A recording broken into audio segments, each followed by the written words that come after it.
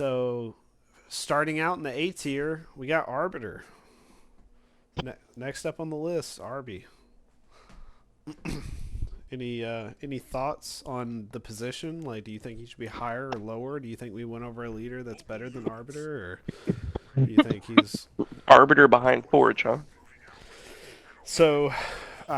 So the A tier, yeah. So Forge is going to be coming up soon. So technically, Forge would be higher up on the tier list than Arbiter. Not really giving away where the remainder of the people are, but yes, Forge hasn't been talked about yet.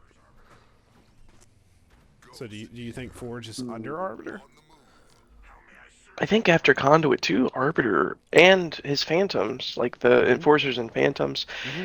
and that leader, I just, you know, Yeah, I mean, what did, Yeah. yeah, he's a really I ridiculously solid leader. Like I would we're say, we're in the A tier now. We're in the best of the hmm, best leaders in the game now. Like we are like at the top echelon of the game. I mean, from my like bottom level champ capability, I feel Arbiter is better, but Mm-hmm. I than Forge. Mm-hmm. But I'm sure there's somebody with better skill can elucidate as to why Forge is better than Arbiter. But Mm-hmm. to me personally, I think I don't know. I think Arbiter's better. So I'm gonna briefly cover Forge real quick, so that way we can carry on with Arby. So Forge is his main strat, like pretty much his bread and butter, is Jackrabbits with his hero, and the reason Hmm. is because Jackrabbits with defensive aura on his hero, and that's Tech One, not the defensive aura upgrade, but the Tech One version.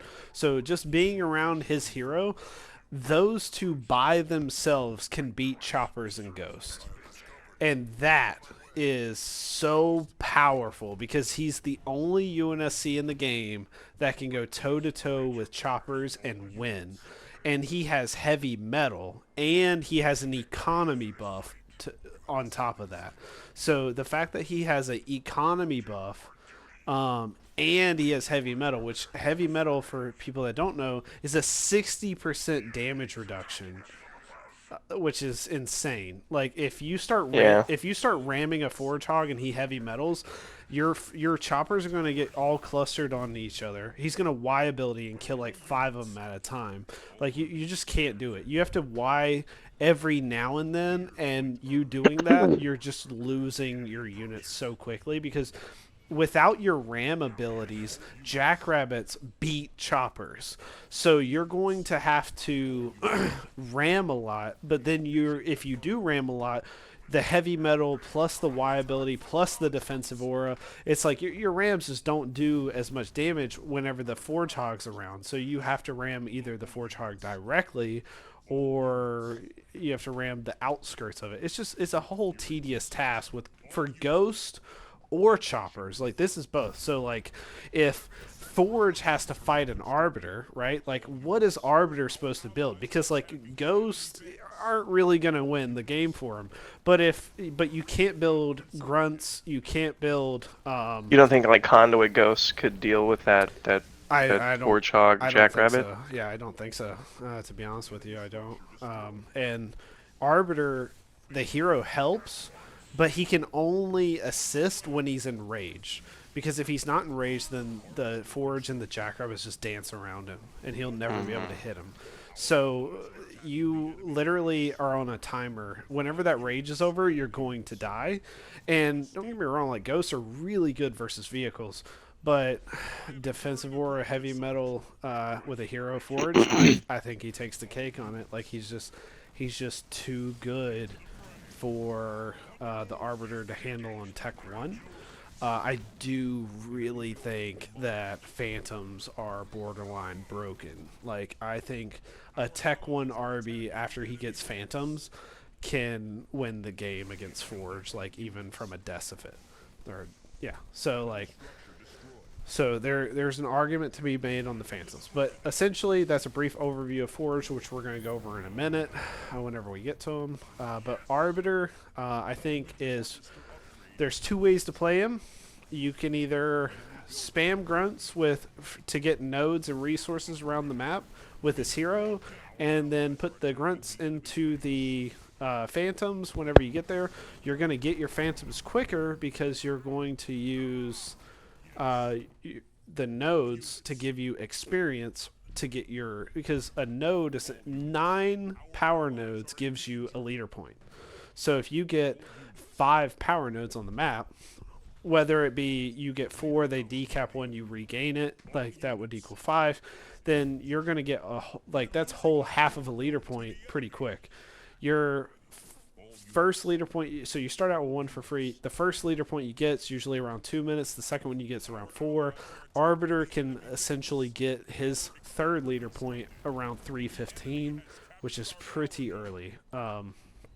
So rushing for phantoms is a strategy, and ghost spam is a strategy as well. So the fact that he can go ghost and he can spam suicide grunts with ghosts if he so chooses, is really strong versus characters like Cutter. Like Cutter really doesn't have an answer for ghosts and suis in the beginning, and Cutter cannot go mid and late game versus an arbiter toe to toe. Like it's just he just starts to get outplayed. I think Cutter is a very extremely solid leader, and he can do it. But I do think that Arbiter will be at an advantage in that fight.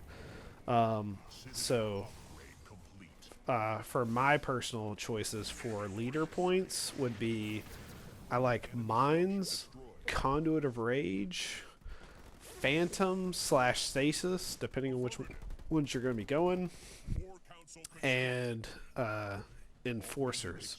I do think that Phantoms is the better way to go, especially for your Enforcer drop. So whenever you drop them in, you can put them in the Phantoms and just keep it moving.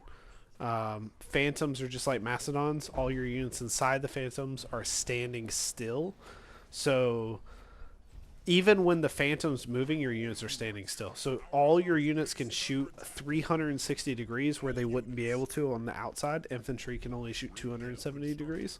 So Oh, that's right. So they can shoot. I didn't think of that. So they can shoot 360 degrees, and they gain veterancy regardless if they're moving or not. Oh, yeah. So that's why Phantoms are like pretty busted, to be honest. You can kite with Enforcers and Yes. Hunters. That's dumb. Oh my lord. Yeah. So Arbiter is just because of Phantoms for the most part is really high up there. But that being said, after Phantoms, I would have to say either Conduit of Rage 2 or Stasis. Yeah, for sure. Yeah, I think that would be either option. Or I'm sorry, no, I'm sorry. Whoa, hold on. I'm sorry. No, horrible choices. Don't do that. Phantoms and then Enforcer drop is the choice, and then after the Enforcer drop, then you can choose either Conduit or Rage 2 or Stasis. You could do mass stasis. It's just more expensive. I'd rather get the little stasis at first, and then I can get mass stasis later. But yeah, so those are my choices. What do you guys think? Yeah. So mine's Conduit, Phantoms, and Enforcer drop for my choices. I know Monkey's gonna say teleport before Yeah, I was gonna mines. say you're not gonna like mine because it's No, like go for it. I mean, what do you genuinely believe in? I like teleport because it is the most versatile, useful LP in the game. Sure. I think it's amazing. And you're not gonna go back and pick up a teleport on your leader wheel when you get started with Arbiter. Yep. But it's only comparably it's only 100 more power about for a teleport, and you gain all of this utility, which, especially if you're playing someone like Arbiter, who's got one of the better base killers in the game, it's ridiculous. Like you can make the grenades throw faster, and you can do even more damage with those enforcers, and with the teleport, it's just insanely useful. I don't think you can do much better than teleport for a starting point like that. I love it. Ridiculous. I do like teleport, especially whenever you teleport Sui's into someone's army. Like that's Mm-hmm. like yeah, if you ever have Sui's in this teleport, you can just so happens to like port them into their army, like and you'd be amazed that like it disappears. It's like instantly eradicating their army. So that is a funny move. I honestly think that the Phantoms is the way to go. So I'm not really going to be teleporting a lot because I'm going to be flying around. So my mobility is already maxed out with the Phantoms, so I don't think teleports is important. I do think that throwing the mines down is just as good at getting away as teleport for the most part because it's cheaper and it works really well. But also in a stand-up fight with somebody, I love throwing mines down because it's kind of like another stasis where it's like if I throw my mines down, I don't care if it doesn't have to do any damage. It does 0 damage, and I would be perfectly fine because it's going to stasis half your army. Like you're probably going to set off the mines before they even arm, and it's going to stasis half your army. And whenever it does, I'm just going to be able to fight the other half. While that half stasis, I'm just killing half at a time, and that just makes it a lot easier on me to win the fight. On top of the fact that mines come back faster, so I can spam my conduit of rage more. So that's kind of my purpose of getting mines. But teleport can save your hero. It can save your leader. But so can his Y ability. But sometimes you already use your Y ability, so you need to get away, and you already use your Y. So you can teleport out. You could teleport Sui's into someone's army. You can find other uses throughout the game. Like for example, if you're against Serena, she cryo bombs you. You teleport away, then her seismic misses, stuff like that. So like any stun in the game, like if people ODST and glassing beam you, you can teleport out. So I mean, it does have its uses. Um, what do you think, Hayden? Yeah, I usually go mines first. Okay. Yeah. All right. And then do y'all? So I know y'all go those. What about third, fourth points? Like, so are y'all going phantoms and enforcers like I am, or are y'all going stasis and another route? I kind of recognize the phantoms are really good. I don't really go them very much. Hmm. I just kind of like make a bunch of enforcers like throughout the game, get my leader, just space her ass with that. Um, but yeah, I should try out the phantoms more. They Yeah, definitely definitely. sound better. It's really good. Um, so next in line is Forge, Sergeant Forge. So yet again, like we were talking earlier, Forge's bread and butter is pretty much rolling eco heavy metal, and he goes jackrabbits with a forge hog. You have a little aura that surrounds you even on Tech 1, and it buffs the defense of all vehicles around him, which are your jackrabbits. His rolling eco also allows him to have uh, better better economy. Actually, just to help everybody in here, just as a little tidbit to help you guys. So if you were trying to upgrade a supply pad before without rolling eco, it's 200 power, and it takes 17 seconds. A generator's 300 power, and it takes 24 seconds to upgrade. Rolling eco 1 will make it 160 supplies in 13 seconds. A generator would be 240 power with 18 seconds. So Rolling Eco 2 is 120 power, and it takes 9 seconds to upgrade, whereas the generator is 180 and it takes 13 seconds to upgrade. So that's about a 25% time reduction, and it's 40 supplies reduction each time, or 40 and then 20, no, 40 and 40, and then 60 and 60 for the generator. So that's the numbers for the rolling eco for anybody. So rolling eco 1 is definitely super helpful right at the beginning of the game. Yeah, like just jackrabbit spam rolling eco heavy metal. Does anybody else want to say anything about the Tech 1 Forge? Nothing you've already said. I mean, most people that play Tech 1-4 just spam Jackrabbits with that leader, with the Sure. rolling eco and the heavy metal.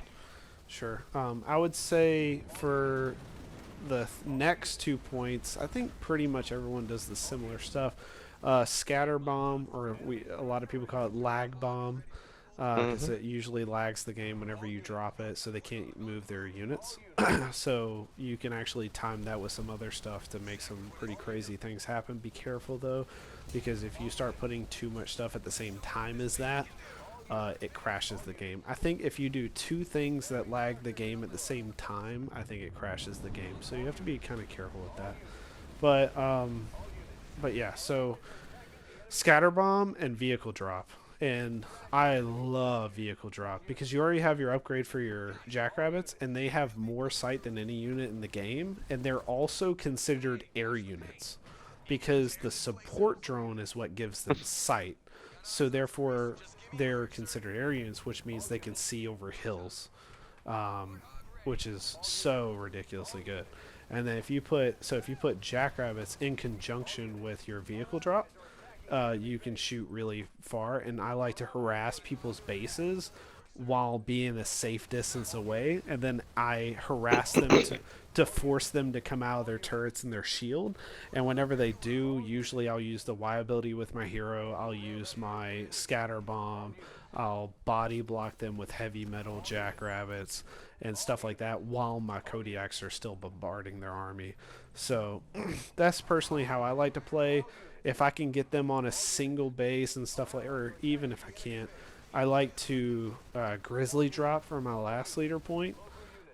Usually I stay on Tech 2 for a while. I don't really rush for vultures.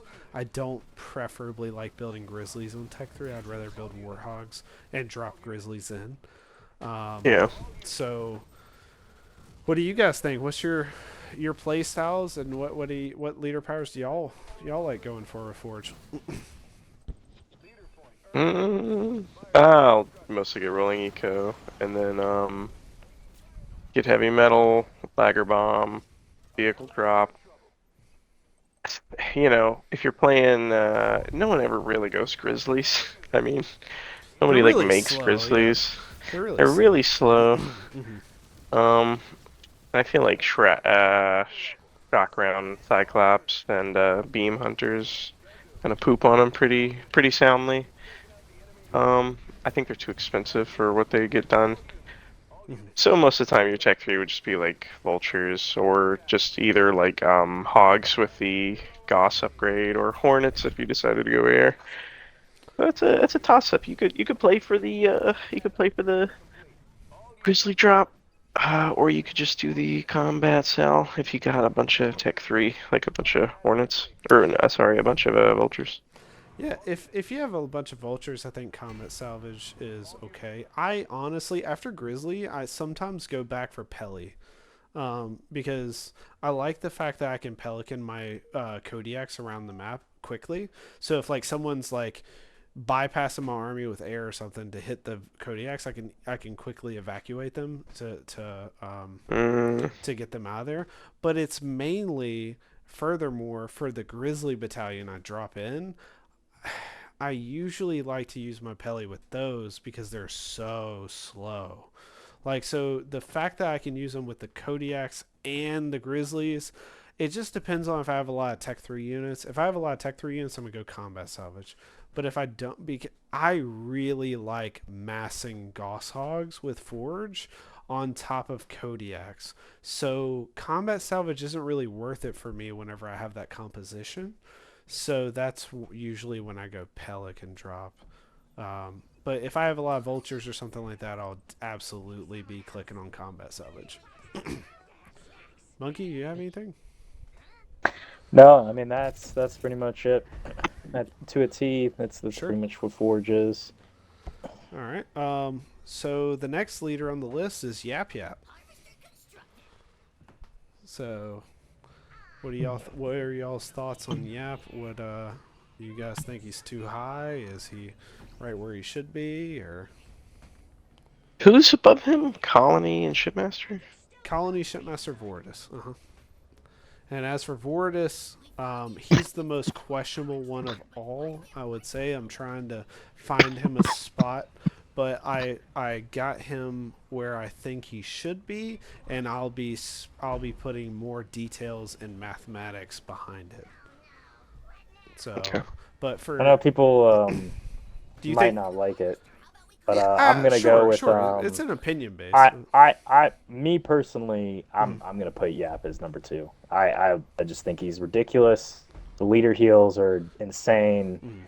Mhm. Grunt Dome is literally unfair. I mean, it's just all of his LPs are ridiculous. But the fact that his leaders give you the most ridiculous, like basically triple strength heal in the game, with what like no time on the cooldown for all three of them. It's for me, it's not even comparable. I think he's easily the second best leader in the. So, who do you think is better than yeah? Oh man, So you say he's second best, so you must have an idea of who you'd put first, right? So who would?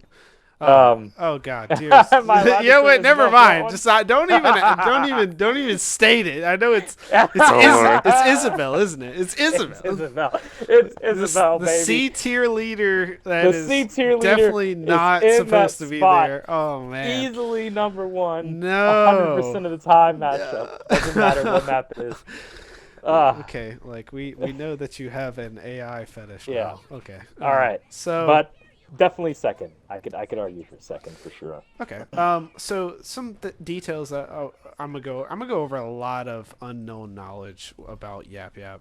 Sure. For people, so that way they hopefully you guys learn something in here. But I know a lot of people will probably learn it because I mained Yap Yap for a long time, and yeah, I was very competitive with him for quite a while. So let's say with when it comes to Yap Yap, his early game is questionable. So like his mid and late game, no one questions it. I agree he's with a that. monster. 100%. He's a 100%. yeah, like he's an absolute beast and a monster. And basically no one can handle Yap in the mid and late game.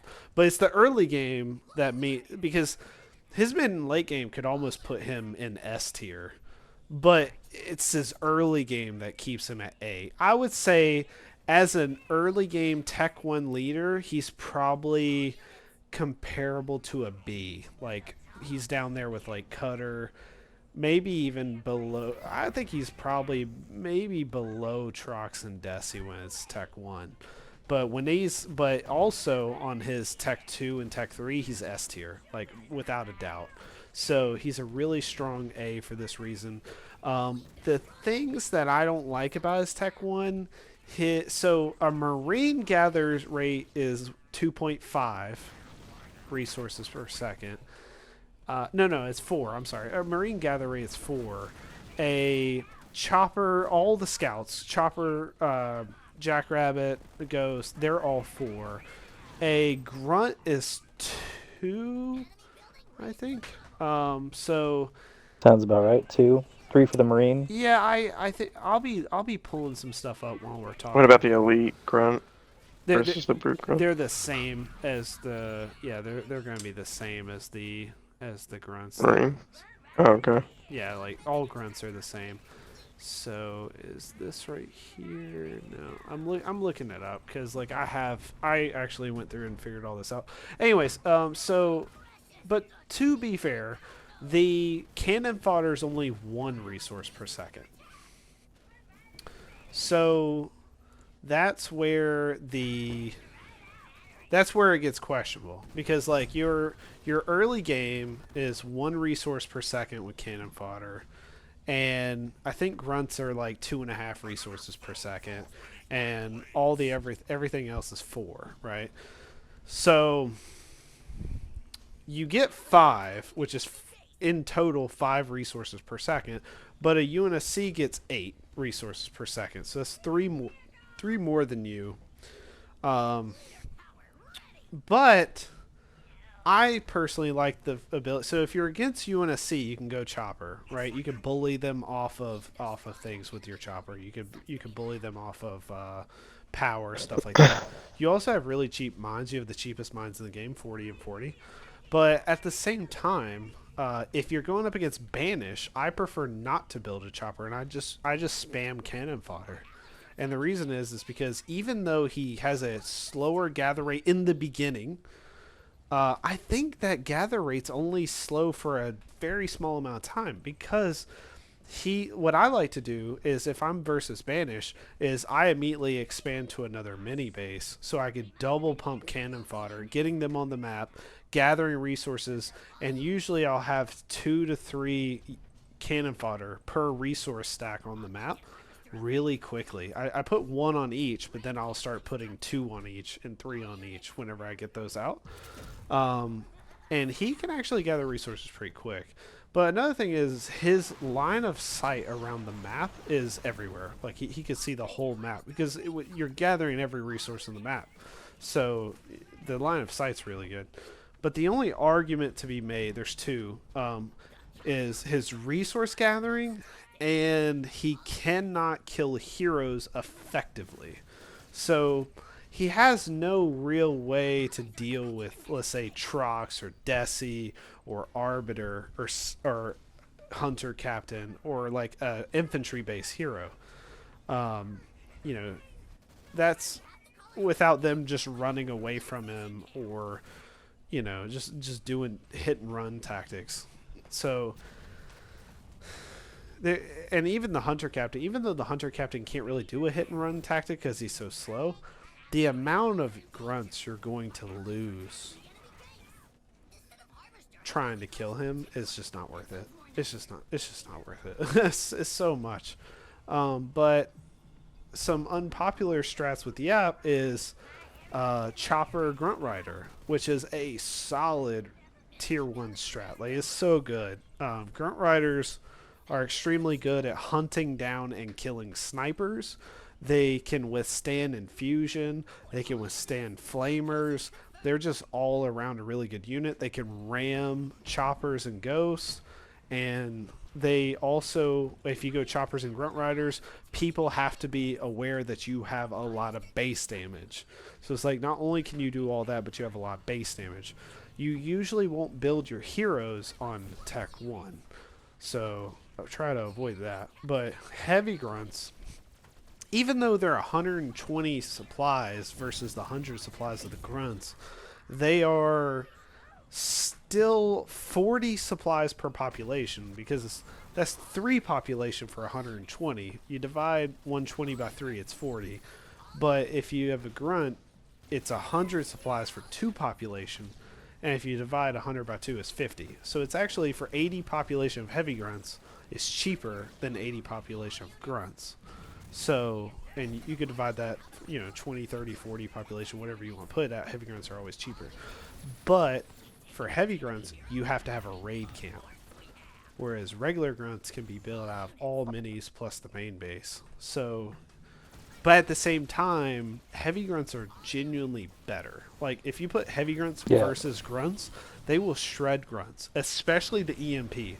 Don't think EMP is only against vehicles. It's not. It will shred infantry. Like, it's really good against infantry.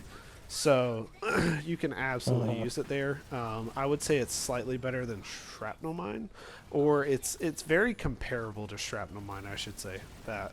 But the fact that your grunts have more health and more regular damage than regular grunts is really where it shines. So I definitely like the heavy grunts. As for the methane wagons, they're really good. It's a 15% buff to your units and a debuff to your opponents, and they can blow up. I do not advise building them in the mirror match, and personally, I don't like building them in any match because I go double mines. And the reason I do double mines is because I like to use double mines with choppers and grunt riders to kill heroes. So I will place the mines behind your hero and I will ram it so many times where it will push your hero into my mines and detonate them, and usually that will take the shield and some of your health from your hero, and then from there it's not too hard to kill. So that's my thing of my first two leader powers. My play style versus heroes is I'll either mass EMP grunts, and the reason you do that is because of how cheap they are. Like 40 supplies per population is just so cheap. Or I'll go grunt riders with choppers. I think that is a very solid choice as well. What do you guys think? First two leader powers, tech one. So before we do all that, I want to talk about and this is why I think it stands with me that I think Yap is better than what he is for two reasons. One of them is, like you said, you can overpower leaders, just like that strategy that you were talking about, where you can't necessarily dodge the chopper ram or the grunt rider ram, and you can easily overpower those heroes very quickly. Like it's very very easy to get that pulled off, compared to like other units that maybe don't have the tracking Y, like the grunt rider and the chopper, where it's going to hit. It's going to hit that Y ram, and that's why I think you could easily rate Yap higher. And for the collection rate, which was another one which was discussed, sure, we could say 5 for the collection rate on his units, but he can make that chopper right away, which is a 4, and at the very start of the match, because you're going to be competing for resources, you drop that mine in. Let's say it doesn't even go off. You don't even get the damage for it. That's still 2 collecting units. Even if it preemptively triggers from the walking on top of it, that you have in the collection. So it immediately boosts you for 40/40 to a 7 collection rate at the start of the game. So I feel like his collection rate's fine. I could argue it's one of the better ones because he could easily get to that 7 at the start of the game. So I feel like Yap's collection outpaces everybody, especially if he's getting the mine and the chopper that early on. I feel like he's got one of the better, and that's essentially why, especially if you can overpower the heroes with that strategy you're talking about, he could easily be number 2 on the list. Yeah, so I personally like I think chopper against UNSC is great. I think I do like the mini base, the quick mini base, though, just for the fact of, so even though my collection rate might be slower than yours, right, in the beginning, I'm gonna have so many of those cannon fodder out so quickly that it's gonna make up for it, and I'm going to build a mini with a supply pad on it earlier than you, because you have to build Marines or Jackrabbits or Choppers or Ghosts. I just got a free mini. You know what I'm saying? Like, yeah. So because your chopper is worth my mini and my mine at the same time. So now I could get, by the time I get my 3rd supply pad up, I already have a 4th one up too. So now that supply pad that I just built is making up for all the things that I missed. So all the resources that you gathered and I couldn't, that extra, so that quick extra supply pad is going to make up for it at that point. And so I personally, I love Yap. That's why I mained him for so long. He's one of the strongest leaders in the game, in my opinion. Like, I mean, obviously with him so high on the list, but and then. So your first 2 leader powers, Monkey. What do you like going? Oh man, I love the mine. I'll always go to the mine because it gives you that extra bonus where you can get up to 7 collection rate at the start of the game, which is just insane to me. Like that's like that easily bridges the disparity that we talked about in the unit collection rate. And it's the cheapest mine in the game. So on top of like bridging it with the rest of the cannon fodder, you bridge it with the mine. And it's like, can't be beat with that good of a mine. But I would say my second one, and I know it's not like, but I think it's probably the best. I think Please Don't Shoot Me is easily just too fucking strong. I really like it. And I know that's not agreeable for any reason in the upper community, but if you need to, like you're taking a bad fight with a hero, you need more time because they have a hero advantage over you. You just need to solidify yourself for like a second longer because Yap always struggles with heroes because there could be a very easy turnaround point in that fight where you're losing to that hero, where you just need more time to get an edge on him because he's taking advantage of it, and that the stopping time for 15 seconds is just nice. It's just a really nice setup for me. I feel like, especially when I'm losing a matchup against a leader and I get that extra time, it gives me enough to turn Yap around to be stronger than the person I'm facing against. So I'll have to go back to that later on why I choose double mine, but it's gonna come back up later. but Sure. but yeah, I don't think I could go. Please don't shoot me. It would either be methane wagons or mine too. Methane wagons are really good and shouldn't be ignored. It is really good, but man, stopping time. I'm gonna go as far as to say 100% of the time. I'm always please don't shoot me. Stopping time for that long, especially with a leader that's got healing and shield gens like out the ass, hands down, Yeah, 100% definitely of the time. later on in Yeah. the game, you're going to But get value out yeah, of it. Like, yeah, I mean, if, 100%. especially like, let's say if you're shield juggling, and for anybody that's listening that doesn't know how to shield juggle, you essentially, as they're doing damage to your base, you're building another shield generator. But before it comes up, you have to delete the first one because whenever it comes up, if it is the only shield on the base, it will replenish the entire shield of the base. But if you don't delete the first one, right, and the next one comes up, it's just going to upgrade the shield. Or if your shield goes down and you never deleted the first one, then it's not going to come back up because it used to.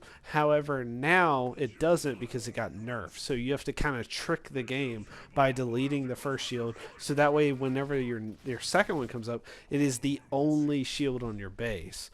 So usually what we'll do is we'll time it to where once the shield or like let's say if I have 10% of my shield left and you're attacking it, and then the second one's about to come up, I'll delete my first shield right before the other one comes up, so the shield goes down and then it goes right back up. So that's shield juggling. And whenever you're using it with please don't shoot me, you can, if the shield goes down but you still have 15 or 30 or 45% left on the shield coming up, what I do is I wait as long as I can without please don't shoot me, but then I use please don't shoot me at the very last second. And then that gives you an extra 15 seconds of time where that shield could come up and fully regenerate.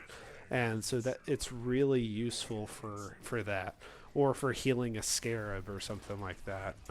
It just gives your scarab extra time, because late game Yap Yap wants a scarab, and the reason is because please don't shoot me, Grunt Dome, engineers, and their heroes healing it. It's like unkillable. It's sincerely a ridiculously hard thing to kill whenever Yap Yap has a scarab late game. So he has too many heals, too many things to defer time, too many protecting leader powers to kill the scarab. It's really hard. But yeah, what do you think, Hayden? First two leader points. What would you be choosing? Yap Yap. Mines and please don't, probably. Okay, so we got two people, mines and please don't. I'm very adamant of double mines for me, but if I had I can like a see it, different the especially against leaders, I can argue your point all day. But Sure. especially in team games where there's a lot of situations where someone's caught, and you need to give them that time. At the same time, you could push up, you can maneuver yourself in the midst of that while you're buying the time, and that easily hands down, especially with its late game versatility, and like its value goes up like exponentially in the later game stage of the game. Yeah, no, Sure. it's I could 100% of the time say please. Okay. Sure. So what about let's say, what about the third leader point? Are we doing shade drop or are we doing glassing beam? Okay. So does shade drop still count for leader points? Yes. Okay. So, yep. So the shade drop drops 4 turrets at a time. The first 5 drops that you do will count towards your leader wheel. yeah, and then the 6 and so on will not. So it's just like building turrets on your base. Now, just to put a number on it, you have to build 32 turrets to get a leader point. So that's so I mean, Well, that's yeah. 4 immediate, right, for the next leader point. So that would be what, 1/8 of the way to the next leader point, which to me, I really like that because so that's my choice because I like everything to stack on top of each other to get me to as far through my leader points as fast as I can.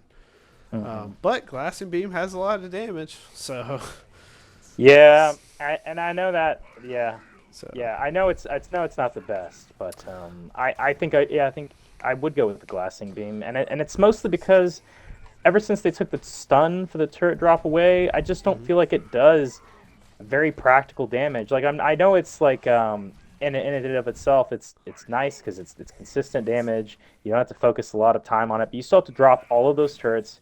So it's going to divert some focus, and it's not going to do nearly enough damage. I don't even think to put your pads at risk. So to me, I just don't like it. I think you can get more out of glassing beam, especially for a leader like Yap, because you can flood them in a spot where they can't kite out. Like that's one of the most effective leaders for a glassing beam, where you can just flood them in a spot where they can't micro out, and that's I think it works out great with him. yeah, you can use like cannon fire to surround them so that way they can't move out of the glassing beam is what you're saying. Yeah, and pairing with the choppers and the heavy grunts or the grunt riders, Yeah. I mean any of them at this point, just stuns, and the glassing. It's like, oh wow, Sure. okay. Yeah, I mean that's definitely an option. What do you think, Hayden? For third point, Yeah, third point. Shade I drop. said shade drop. I said shade drop already. Oh, okay. Yeah, so I'm with Hayden. I like shade drop just for the fact that it gives me a faster leader point.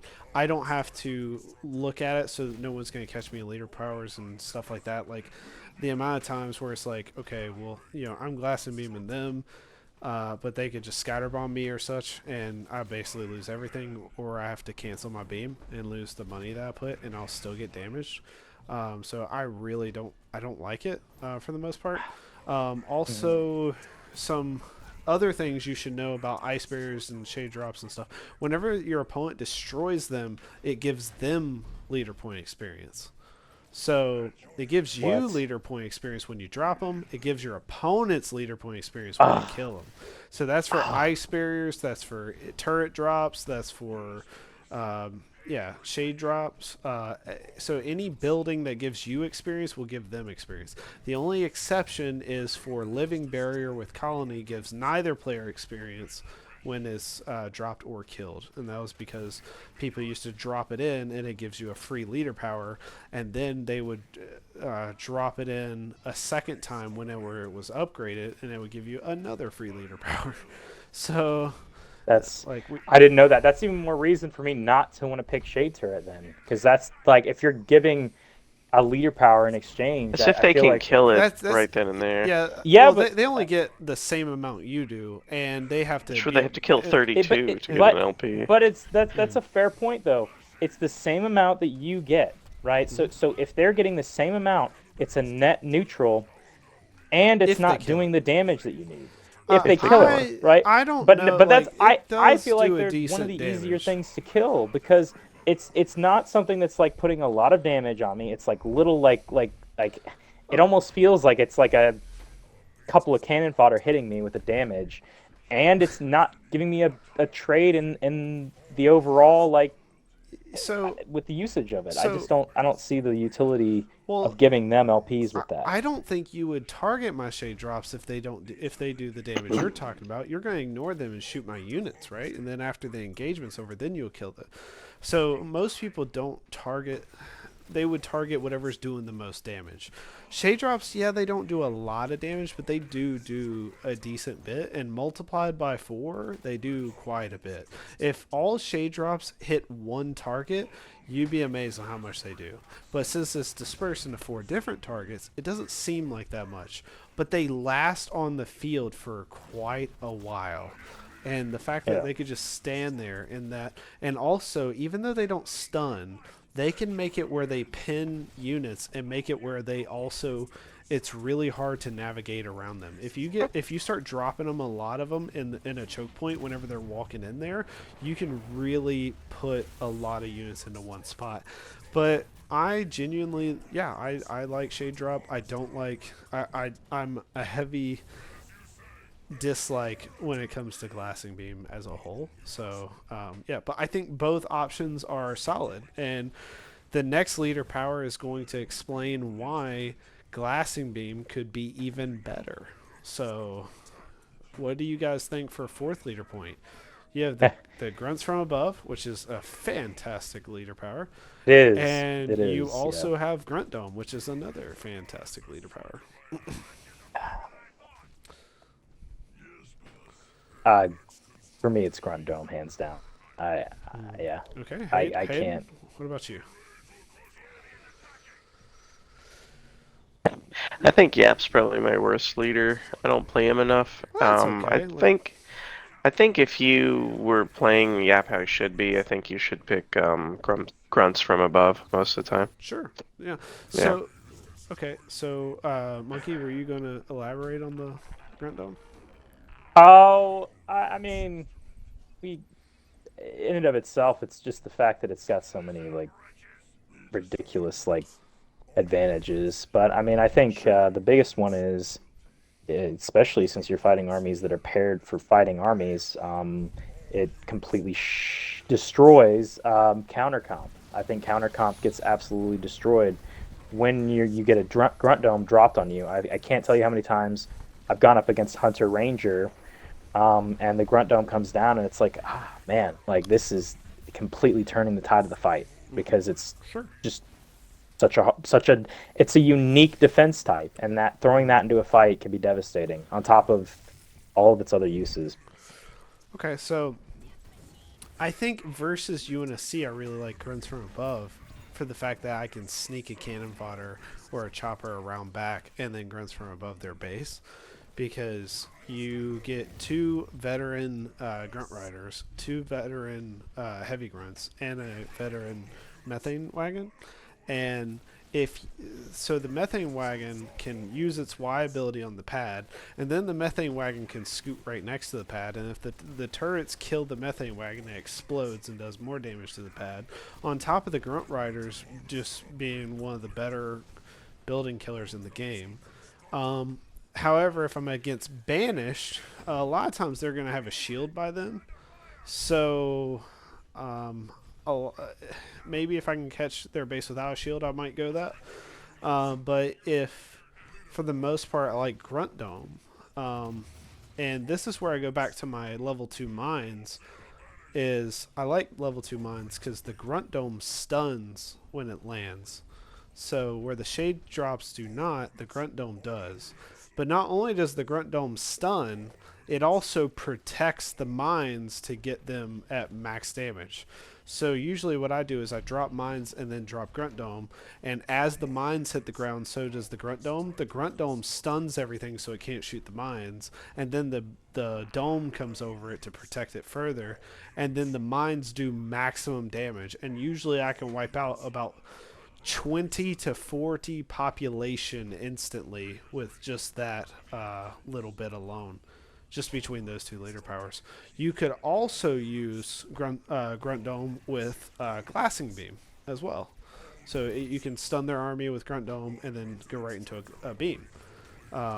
So that is viable. I preferably don't really like to use it, but the good thing about it is if someone scatter bombs you while you're beaming, the Grunt Dome is also protecting your army. So you're under protection. You can do beam damage fairly safely. If they scatter bomb, you might want to watch out because that Grunt Dome is not going to last long. But I really personally like it with my mines, and that's another reason that mines do really well in the later game is because Grunt Dome into mines is very powerful, very very powerful. Like level 2 mines, when they explode under someone at maximum power, it does a lot of damage, like a lot. But yeah, so Yeah. what do you guys think? Any different thoughts on it? No, I mean I'm an arguer for Dome. S- That solidifies it. I think I love that Dome. points out to me for sure why I think Beam is the better choice because, like you said, it pairs with the stun. It's literally one of the strongest LPs in the game for mhm. whether or not it's glitching LPs unknowledgeably because the shield glitch, or if it's literally just for the fact that it keeps your army safe while you're doing the glassing beam. Like it's Okay. all around top LP. Yeah, so you guys can choose whichever one you'll like better. Honestly though, for my next leader power, I'm choosing whichever one I didn't choose for the fourth. Like this, the methane party's nice and all, but honestly, it's just not good enough to justify over the other two. I think Grunt Dome is better than methane party.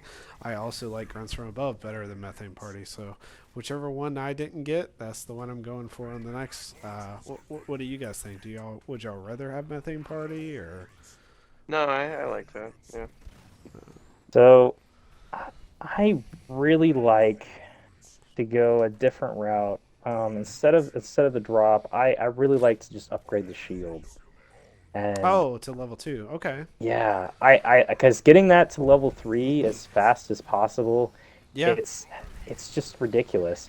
I could drop that on anybody and it would turn the tide of their fight. Having to break through 2 purple level shield gens, uh, Yeah. yeah, that's wow. I I mean, yeah. yeah. Another thing for everybody, if I don't know if everybody knows this, but if someone's attacking your base and your shield is not quite yet down, like it's not all the way down yet, if you drop a grunt dome and it surrounds the shield generator on your base, it will replenish the entire shield of the base. So if you have, but if I'm not mistaken, the grunt dome has to match the level of shield on the base. So, for example, if you have grunt dome level 1 and you have one shield, it works. If you have grunt dome level 2 and one shield, it doesn't work. But if you have two shields and grunt dome level 2, then it works.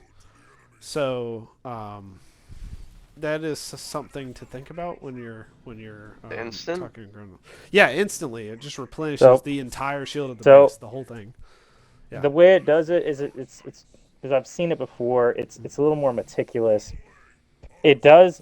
It counts the Grunt Dome shield as the new shield for Yes. the overall base. It combines So them. Yeah. you, yeah. So what happens is that you'll go through that full Grunt Dome shield, and that will count as the whole base shield, and whatever was left from the shield in the beginning is still tacked on to that value. So once you're done with the Grunt Dome, whatever was left of the previous shield is added to that. But it starts with the Grunt Dome shield first. Yeah, I don't know about the last part, but anyways, yeah. Essentially, though, I, it's very useful. Like I've run some testing on it, but that's essentially what it does in its practicality. sure. It's very interesting. So yeah, so Grunt Dome's really good. Personally, I think Grunts from Above would be better than Grunt Dome 2, but Grunt Dome 3 is really so strong, is what he's saying, Yep. that it's worth putting the extra 2 leader points and going for it because you get to drop 2 domes 2 different times. You can literally just stand in And they're level 2 domes. They're not just level 1. They're level 2 shield gens. So yeah, it's like, so yeah, ooh, so you could sit there in front of someone's base, drop a dome, and then just wait in the menu with the dome. And once that one goes down, you drop a second dome, and they have to kill. They have to go through 2 shields. The only bad thing is though is you can't really micro your units, use your Y abilities, target specific things for attack after you queue up the shield. So you're gonna have to do all that before, and then so it kind of diminishes the value of the units that are shooting, but it keeps them alive for an extended period of time. Personally, I'm going to go Grunts from Above. It sounds that Monkey's going to go for Grunt Dome 3. Let's see. So the next leader, Colony.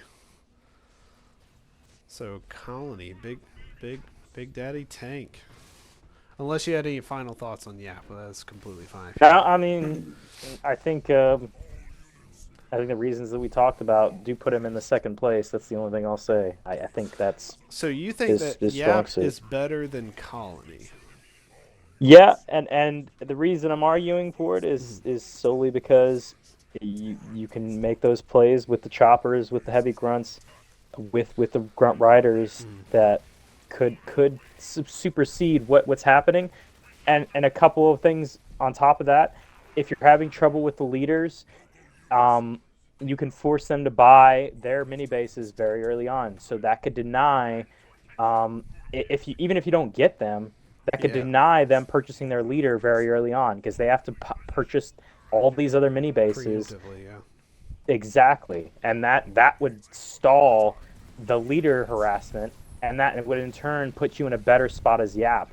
And if you do get one of those minis, it's another thing to stall them Mhm. from getting their leader straight on you. So Sure. it's just constant constant stacking of Yap's value that people don't really recognize. Like even though he struggles with those leaders, that's going to ruin your game for getting your leader out early. Sure. And that for Yap is invaluable, especially with that mind drop. Getting those two early units out, it's going to put the collection rate to 7 right away. I think that's Well, overlooked, and if I you're think that's if you're great. going for the opponent's minis though, that's -2. You know, like -2 cannon fire there walking over there. So like it's only gonna Uh, keep you at I 5. would probably only send one. I would probably only send one. I could Okay. see that argument. I could Okay. see that argument. So, and you gotta Yeah. think like people are gonna be building a marine or a jackrabbit, so they're not they start with 8 quickly at 12, and then they might be at 16. Yeah. So Yes. like Yes. so But that's a yeah. lot, man. Yeah. I I don't know 100%. Is it 4 for the Marine? I could have swore it Yeah, was four 2 four. and No, 3. no, It is 4. It it's is 4 4 for the 4. Marines, it's 4 for the scouts, and it Yeah. is 2.5 for the for Okay. grunts. So starting off, it would be 7 to um 8, right? And that's what I'm arguing for. Well, it'd be 5 to 8. It would be 5, but I'm including the mine in this, and the reason I'm including it is, um, even if they just walk over it, right? If you're good with your placements, they could just walk out of it. It still will trigger that mine if they walk on top of it, and it will get you those 2 extra units. But the biggest thing is, let's say they're trying to counteract your one cannon fodder that you send, so I'm sending one. They have to send a 4 collection marine or a or a grunt Yeah, that's an extra sure, collection. So that would slow them down in sure. turn to try to keep on top of that collection. So that would negate theirs. But also you're also making that chopper if you want to in the background. If not, the double production of that other stuff. So the catch up is very real. And if Yeah, you want to argue for the resource value, then go for the chopper. Go the chopper. Get the extra 4 right off the rip, and that would easily boost you to a 10 with the mine grunts. It could easily boost you to a 10, and I, and on top of distracting that 4 for the marine to stop their collection, it would very easily hinder that. yeah, and I think another thing is the you're consistently pumping cannon fire, so Yeah. that number of collection rates just constantly going up by 1 very quickly, Mhm. whereas everyone else usually has like it goes 8 maybe 12 16 and then it stays there, like it doesn't go any higher. Yeah. And then you have the cheapest units in the game, cannon fodder and heavy grunts. There is no leader with any unit cheaper than those 2 units. Those are the cheapest units you can build in the game. So there's an argument there. Yeah. But let's say moving on to Colony. Yeah. So popular strat with Colony is going to be hero with choppers and skitters on all of it. So let's say I got 3 to 5 choppers with skitters, and I have a hero with skitters. Um, that is a powerhouse. Like that is a absolute powerhouse of a tech one. I mean that is almost as Mhm. good as it gets. Like most leaders can't even handle the colony by himself, but skitter chops are literally the best unit to open. And almost every matchup you can think imaginable, Skinner chops are amazing at killing infantry. They're amazing at killing choppers. They're amazing at killing ghosts, jackrabbits, everything. And the fact that you have your engineer swarm as well to heal up the hero, to heal up the choppers. Yeah, like this leader is top three, like really strong. And then the fact that you get your Goliaths, which are the strongest building killer in the game, Goliaths, right? The strongest. Like as for damage output, there's no unit that is better than Goliaths. And you get veteran Goliaths that drop in. You get 2 of them for your 3rd point, unless you choose Hunter's Brand. But you get 2 veteran Goliaths. So it's like the fact that your army is so strong and can basically take on any leader in the game head on.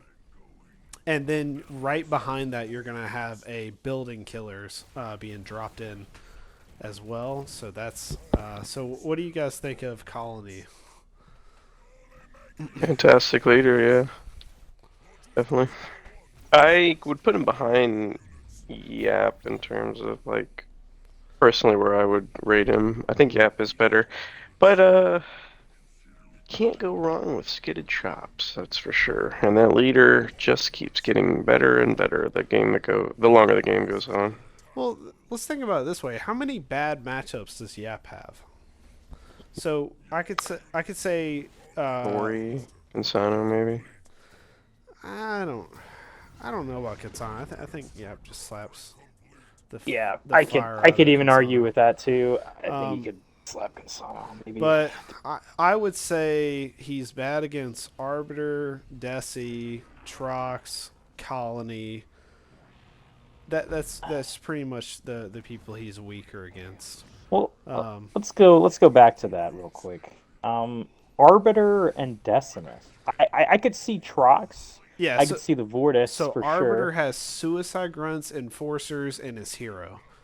Yeah, and I think that's most of the leader wheel for sure. I think a lot of them could argue like that they have Suicide Grunts. Strong infantry hero plus Suis is really strong versus But you could also spam Ghost with your hero, and it's just so hard to kill that hero. Like it's basically impossible to kill Arbiter. So he's gonna get infinite. He's gonna get infinite utility. That's fair. That's fair. I could see that. So like just your hero alone is just gonna get so much utility throughout the whole game. And same thing with Desi, Atriox, Colony. The thing of it is Yap is just not good at killing heroes in the beginning, especially infantry-based heroes. And those infantry-based heroes are like the best of the best when it comes to infantry-based heroes. Yeah. So it's just like they can get so many kills, and you have to really be careful with Colony and Decimus and well, really all of them, because they're going to veteran up off of your cannon fodder quickly. So you have to be very careful, especially against Colony, because killing Colony is really hard for Yap, and he can veteran up very quickly against your cannon fodder. No, for sure. Yeah, it's yeah. Okay, it's definitely difficult for leaders. I could see it. I'd say he has 4 bad matchups, but that means that leaves. I also think he has a bad matchup against Shipmaster, and the reason is because displacement with Ship, and so Yap doesn't have teleport. He does have Please Don't Shoot Me, but he doesn't have teleport. So I think he has a really bad matchup against Shipmaster. So I would say 5 leaders. Well, let's tone that back a little bit, because the 15-second walk is enough, I think, to make up that gap that the displacement creates, especially with how far you can walk in 15 seconds. Granted, I mean, it might not be the entire gap by any means, but it's you're basically going. You're going back quite a while. So whatever. I would say it's going to take you about 30 seconds to walk back. So he's going to have about 15 seconds of you not being there. That being said, though, like a well-timed displacement, like you drop a grunt dome, I displace you away from me. Like, you know what I'm saying? Like, it's like, Yeah, no, yeah. dude, like it's so bad. And then like tactical gateway and teleport is like, how are you supposed to keep up with him? You know, like he's Yeah. just always running around. I will say though, it's really hard to go Scarab with Shipmaster versus a Yap Yap. So Mhm. I'm not. I think Yap stands up to Shipmaster slightly better than most leaders. Like, I mean, like even though it's a bad matchup for him, I don't think that it's unwinnable. Like he's still a pretty good, because especially you get please don't shoot me level 2, you know, like that's 23 seconds. So he's only going to be there for 8 seconds while you're not there. Stuff like that. So like as the game goes later, Yap gets pretty strong as well. So he's up there with some of the best leaders late game. But I don't think he does very well against Colony, Arbiter, Desi, or Trox, especially against Colony and Decimus and Trox. Those are like super highlights for him. Those are his weakest matchups because he just can't deal with the heroes early game. Like, so do you think I'm wrong on that? Like he's gonna easily deal with a Desi, a Trox, or a Colony So on Tech One? well, let's I won't argue for Trox or Colony. They're where they need to be. I could say maybe with the chain ram and the double mine, you could argue against Destinus. I think, especially if you're running a lot of heavy grunts and a lot of grunt riders, the constant chain ramming him into the double mines after that, it's like you said. Once he's out, So what he's cake stops? to deal with. Well, what stops him from Vortex in the mines? Oh, 'Cause he doesn't really have any yeah, other hey, better fair targets to enough. Fair vortex enough. the mines. He can That's a good vortex your point. mines and get the chopper and grunt riders that you ram him with. So it's like that mine trick isn't going to really work on Desi like it would other That's leaders. true. That's true. You could Okay, well that's fair. Maybe my better argument would be for Trox because he doesn't have as much health necessarily. He has to be constantly running on the defensive because if he gets caught with the Rams, he doesn't have recourse to stop the double mine from going off. Yeah, I mean, besides throwing your shrapnel mines at it, like if and making jump pack brutes jump on it, because jump pack brutes, if a jump pack brute jumps on it, then that'll also cancel it out. So just Sure. if anybody's listening, like these are ways to stop the yap from taking your hero. So but yeah, no, I think genuinely it's going to be a fucking fight. Excuse my language, but like it's going to be a fight for Yap to be dealing with these heroes.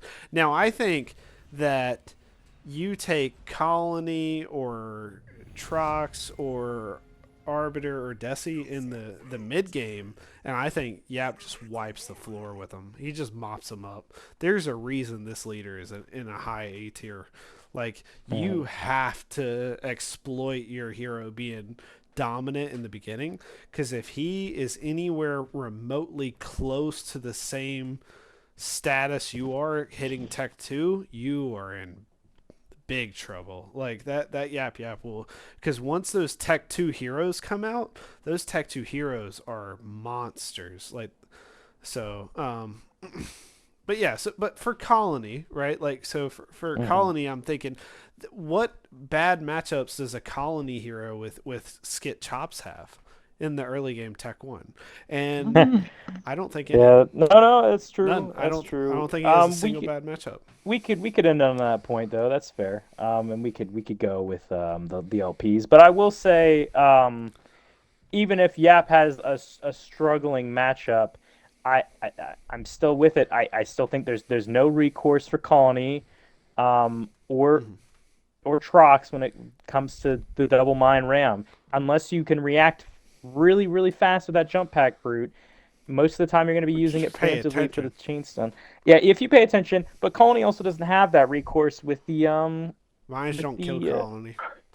well, they won't kill Colony for They'll sure. I they'll know hurt he's they'll strong. hurt him They'll though. hurt him. They'll So hurt him. so But so he usually does engineer yeah, swarm and taunt. yeah, yeah. So No, for sure. Yeah, I agree. But the chain ramming is to prevent the Y from going off, mm. and to try to get yourself on a stable positioning. And after that last ram, you're going to try to run if it doesn't work out for the interaction. But I mean, at the end of the day, he's just gonna put up such a heavy fight. It's gonna be very hard to knock him off of his track of getting to that Tech 2. Like it's just gonna be very difficult. Yeah, especially with "Please don't shoot me" buying time. For me, I just don't think that it's. Yap's one of my favorite leaders, but the thing of it Mm, is Colony has no bad matchups on no yeah. maps. Like he is a beast on every matchup in every scenario. He is a boss. So I put him, I think he fairly earned his spot. Where Yap Mhm. Yap, even though Yap Yap is such an amazing high tier leader, he does have bad matchups and issues. Whereas Colony just doesn't have that. Um, Mm. so yeah, skit chops with Colony, and then I would say go into your Goliath, and then after that I like going into teleport, and then I like to do devastating host, and then combat repair.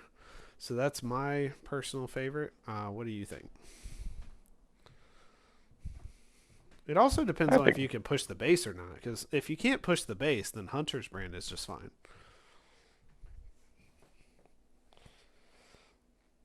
Yeah, yeah, I think you got it. So what do you think, Monkey? Anything? Oh man, I the only one I wanted to think about really was how much of a defensive buff um what is that called? It's Vehicle the symbiote. big vehicle symbiote gives, because that So that would be something worth I considering think for it's choppers. like 20%. No, it's 20% range. I think it's 12% defense. So Because 20. I mean that in and of itself, that's the extra range and the defensive buff being as high as that is. That's that's a lot, especially if it's more than 12%. That I feel like takes the Mhm. cake overall, and you can pair it with the base, so it's like it's not just a unit upgrade at that point; it would be a base upgrade. So it could very well. I mean, that's niche, but just the defensive alone would be very nice. I just can't really see a knockoff for that. But I think Engineer Swarm is way more versatile. Probably go with that. But Okay, so I yeah, really like the defensive. yeah, it's 12% armor buff and 20% range. So that's Okay, if it's only 12, then that's fair. I could at see, at especially yeah, with the colony leader. at level Yeah, 2 it's 14%, level 3 is 16% for armor buff. yeah. So, but yeah, so I think most people agree it's going to be Skitter and it's going to be Engineer Swarm. I like to do the colony drop, and Mhm. then after that is teleport because you want to just save your hero. You want to get this guy as vetted up as possible. And once you get teleport, your hero just never dies. Like it literally just lives forever. And then after that, devastating host is literally top tier drops in the game. I mean, two vet one wraiths, two vet two hunters, a vet one reaver, and a vet two reaver, two vet two hunters, and one vet two leader or locust. Sorry. Oh, I'm getting tired. But yeah, like so that's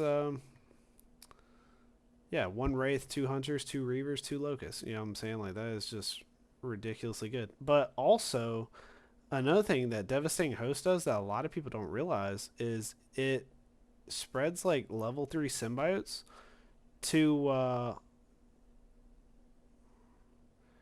all the units that is under it and to the units that it has. So that's a 16% armor buff to every unit that is in the vicinity with Devastating Host. So Hmm. with a 20% range buff. So that's pretty good, man. Like Yeah, plus it is getting really good. the Wraith, two Hunters, two Reavers, and two I'm sorry, yeah, no, two Wraiths, two Hunters, one Reaver, one Locust. My bad. And everything's vet two except for the Wraith. It's vet one. So yeah. Uh, so I think though for me for Colony, it's literally skit chops into counter ball into devastating host, and usually devastating host ends the game. I mean, not too many people are going to be in the game after the Goliath drop happens on the third point. Like usually he's already beat their army down, got them at their base, and Goliath dropped their base. But yeah, so any final thoughts on Colony?